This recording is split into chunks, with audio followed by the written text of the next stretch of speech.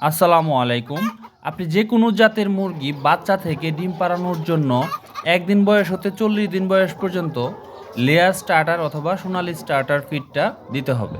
তারপরে আপনার ৪০ দিন বয়স থেকে একদম 1% ডিমে আসা আগ পর্যন্ত আপনি লেয়ার গ্রোয়ার অথবা সোনালি গ্রোয়ার ফিডটা দিতে হবে। আর যখন আপনার 1% ডিমে চলে আসবে, মানে একটা দুইটার যখন ডিম পাড়া শুরু করবে, তখন থেকে আপনি লেয়ার ফিডটা দিতে হবে। এবং এই লেয়ার ফিডটা আপনি যতদিন মুরগি ডিম পারবে ততদিন পর্যন্ত দিয়ে যেতে হবে। মনে রাখবেন, আপনার মুরগির গ্রোথ যদি ভালো না আনতে পারেন তাহলে কিন্তু আপনার মুরগি ডিম দিতে দেরি করবে।